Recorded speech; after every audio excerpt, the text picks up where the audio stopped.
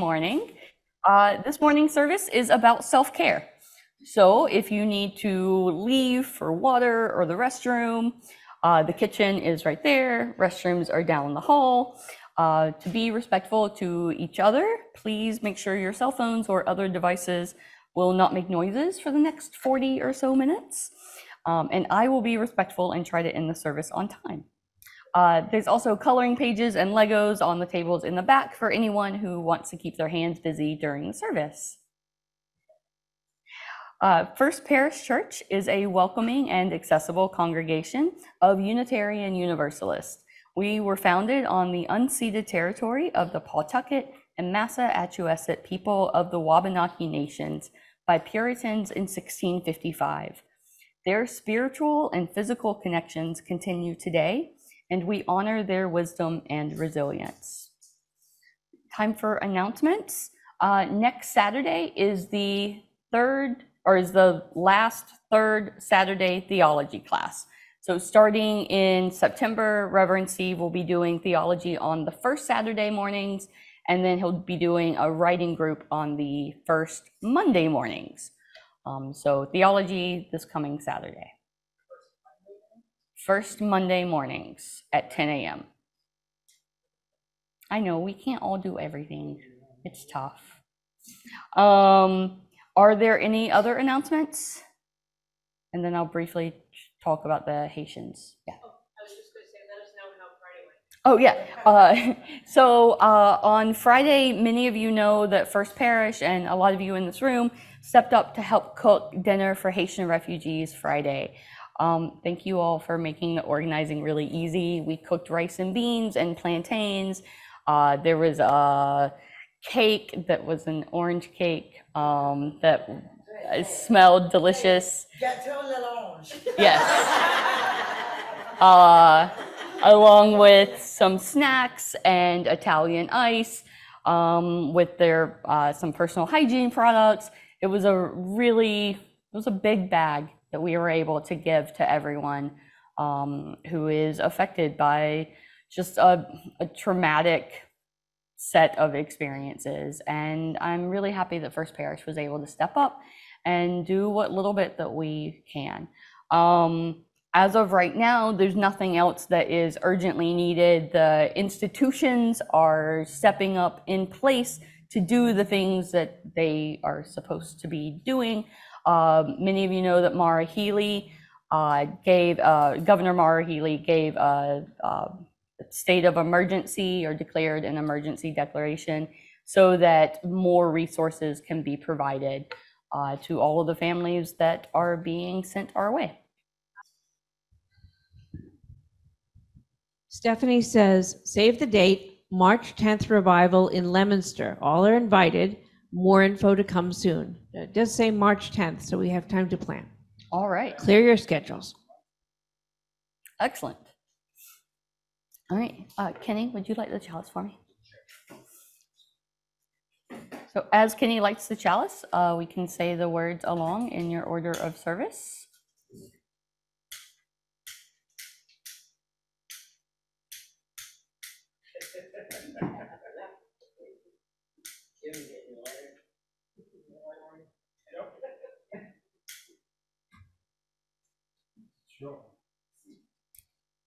Thankfully, we are a community always prepared in one way or another. All right, life is a gift for which we are grateful. We gather in community to celebrate the glories and the mysteries of this great gift.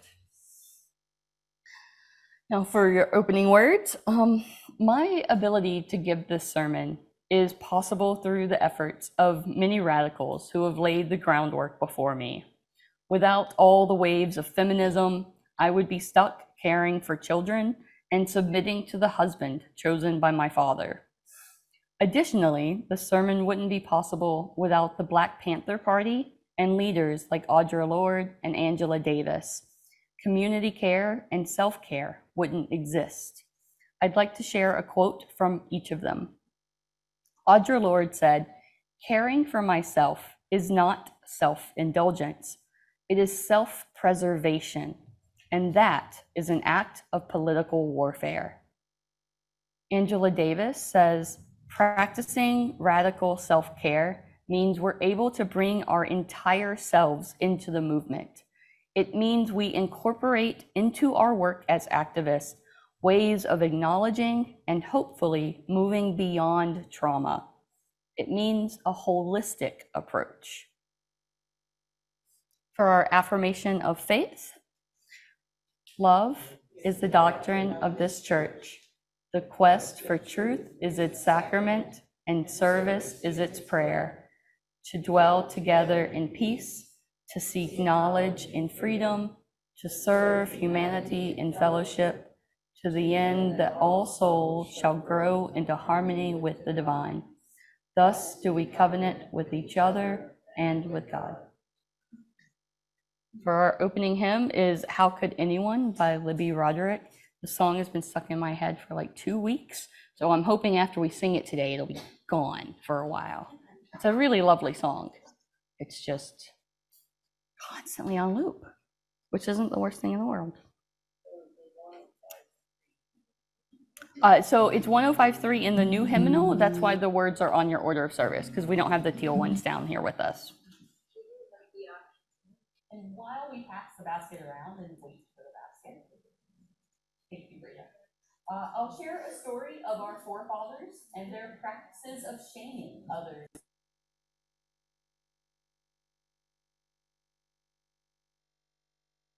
Or a basket on a pole, and at the bottom of the hat or a basket was a bell, so that every time you placed your coins into the basket, it would ring. So if you didn't put enough money into the basket and it didn't ring loud enough, a deacon or the minister would come pay you a visit on Sunday afternoon or Monday to talk about how you weren't giving what you were able. Thankfully, the method of public shaming fell out of favor along with flogging and stockades. However, they were able to support a full-time minister.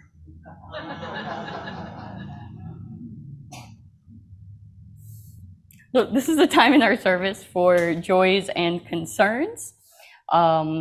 We have a rock that we're going to pass around, or we'll use the mic instead, and make a mental note to reach out to someone today, to congratulate them or share words of support. We're going to take a moment to hold those in our thoughts and prayers. Thank you. Sharing our joys and concerns is time intensive, but it's an important part of community building.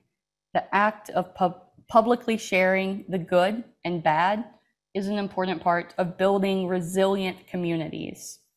Resilience is something that I will be touching on during this sermon. It's the whole point of self-care. We are always surrounded by reminders to eat better, breathe better, drink more, exercise more, sleep more or less, reduce sugar, and beware of fats, but make sure to eat the right ones and enough of them. Self-care has become a vast $450 billion market with no signs of slowing down, which isn't good for our own self-care. That amount of commercialization and for-profit entities is assuredly not looking out for our well-being. So let's back up away from the products and advertisements and pressure to try the newest fad to talk about what the point of self-care is. A common way of defining self-care is taking time to do the things that help you live well and improve your physical and mental health. Notice the individualistic language in that definition. Take the time to do the things that help you live well and improve your physical health and improve your mental health. Self-care, that's a lot for 8 letters to convey. And how are you supposed to know what you need to live well? We have doctors, but they are clearly working with some handicaps. We need second and third opinions sometimes. Physical complaints can manifest from emotional trauma, and emotional trauma can be caused from physical complaints. As human beings, we don't yet fully understand how all of this works. So self-care requires some introspection. What does your body need? What does your mind need? And how do you know how to tell? So we're going to do a couple of activities. You don't need to do anything extensive. This can be done sitting down, standing, lying down. Just pick a comfortable position and relax your body. Do you need to adjust your leg a little bit or shift your weight? Go ahead and do that. When I say go, we're going to spend 30 seconds thinking only about the flame on the table. So when I say go, we're going to spend 30 seconds thinking only about this flame. Watch it move, contemplate the heat, enjoy the colors shifting, the wax pooling. If you can't see the flame, picture the flame in your mind's eye, and for 30 seconds, just try to think about only the flame. If your attention wanders, acknowledge the distraction and return your thoughts to the flame. Go.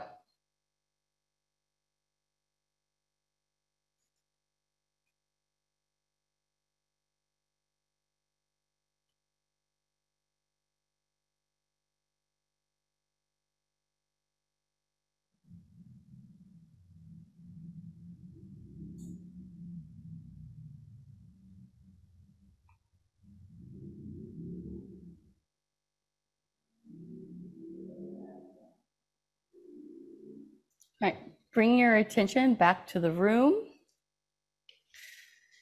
How many people struggled to think about the flame only? Did your mind wander? How did you correct yourself? Did you use negative or positive words to redirect your thoughts? Are you kind to yourself? Why or why not? The inner voice within each of us is shaped by our upbringing, the society in which we live, our past experiences, and our moods. There's also a strong correlation with our physical health. When we are tired or hurting, our tempers are shorter and negative emotions rise as quickly as our patience is exasperated. The connection between mind and body is often overlooked as we seek mental health solutions for mental health problems and physical solutions for physical complaints. Compassion is so important for living a life or for cultivating a life well lived. Compassion is also a vital part of being a Unitarian Universalist. We often find it easier to have compassion for friends or even strangers than for ourselves. A few years ago, a therapist asked me a question that I never forgot. She asked, "Would you talk to your husband like that?" The answer was clearly no. I would have never spoken to my husband or my children the way that I thought about myself sometimes when I made a mistake. So let's try thinking about the flame one more time, but with compassion for yourself. When your mind wanders, compassionately bring your attention back to the flame. Is everyone comfortable? Your muscles loose and relaxed? I'm going to set the timer for 30 seconds. And when I say go, you're going to think about only the flame.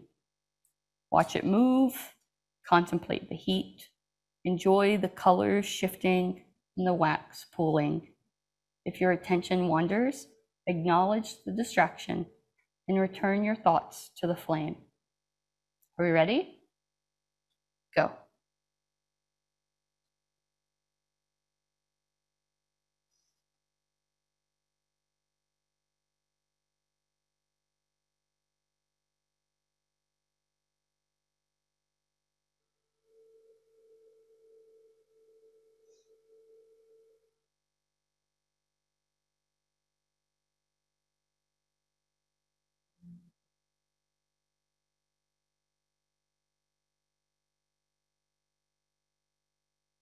How was that? Often people find that with practice and compassion, they're able to improve their concentration, their compassion towards themselves, and it allows you to really tune into your body and mind. That's the goal of mindfulness. Attuning to your individual needs allows you to target the areas needing improvement, to improve your ability to live well. The world is a crazy, chaotic place, and most of us have rejected the notion that our bodies were perfectly created. Vestiges from evolution manifest as back pain, weak ankles, and high maternal mortalities. I learned about holistic health in college, but finding a doctor who had any training in that was impossible. During the pandemic, the Veterans Administration, or the VA, rolled out a program called Whole Health. On the back of your order of service, and in the digital order of service, is a graphic that shows the interconnectedness of our mental and physical health. The whole health model proposes that the formula for living your best life can be achieved through introspection and discovery. The equation begins with you, the me at the center. We start at the middle saying, I am the expert on my life, values, goals, and priorities. Only I can know why I want my health. Your story is unique, and your whole health begins with what matters to you. Every single one of us has the power to impact our own well-being. The components of self-care are grouped within 8 categories. Your physical ability to move your body, the environmental impacts of your physical health and mental health, the personal development, food, drink, sleep, rest, valued relationships, spiritual well-being, time for relaxation and healing. These are not the only categories, but generalizations based on commonalities. Most of us can identify areas that we could improve upon. We all know we need more exercise, more sleep, better food, more water, and on. But this model encourages us to stop and contemplate what you need. To achieve my goals and live the life I want to live, do I need to exercise more, or is my current level sustainable? Take a moment and think about your goals and how your body feels. Are you sore? From what? Do you need to stretch more? Do you need to be more active, or maybe rest more? Thinking only about your physical health. Do you sit too much or for too long? What is a small change that you can make to improve your physical health? Setting alarms for movement breaks can help folks stuck at their desk. This is the process for evaluating each of these 8 categories.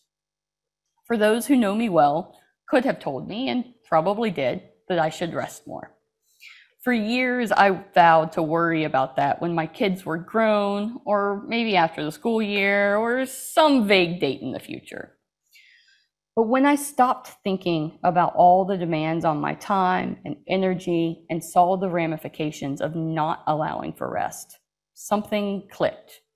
I had been taught mindfulness at work, I had been taught mindfulness in therapy and at conferences, but it always seemed sort of some silly repackaged meditation. But it wasn't until last year that I really began to understand the transformative power of mindfulness. Last fall, I felt strong and powerful despite the outside influences. When my body was pushed to the limits, I changed my schedule to allow for rest and healing. And when my spirit was battered by personal attacks, I sought joy and solace. Dance parties, mindfulness exercises, long walks, building flowers with Legos, calling friends, snuggling with my husband became essential parts of my life. We like to delude ourselves in thinking that we're in control of our lives. and we're often discouraged when plans go awry. It's okay to mourn a really good plan, but life moves on. The earth keeps spinning, and the sun will rise again tomorrow. So how do we cope in a chaotic world with puny human bodies and fragile minds? By acknowledging the miracle of our existence. We are each a tiny sentient being standing on the edge of a spinning planet with only a thin atmosphere protecting us from the deadly radiation of the nearest star. And there are more than 8 billion of us competing for food, water, shelter, and some hoard wealth like mythical dragons. And all of us in this room are living a life of such privilege that we have the potential to live a life well lived. So let's do that. Self-care allows you to live your best life, whatever that looks like for you. We're going to extinguish the chalice. The words are in your order of service. We can say them all together.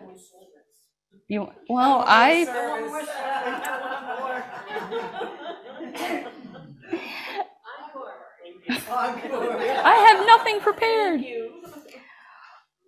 We extinguish this flame, but not the light of truth, the warmth of community, or the fire of commitment. These we carry in our hearts until we are together again. And then our last hymn is Love Will Guide Us. It's number 131 in your hymnals. In closing, I leave you with the words of bell hooks. The transformative power of love is not fully embraced in our society because we often wrongly believe that torment and anguish are our natural condition. Be well, live long, and prosper. Good.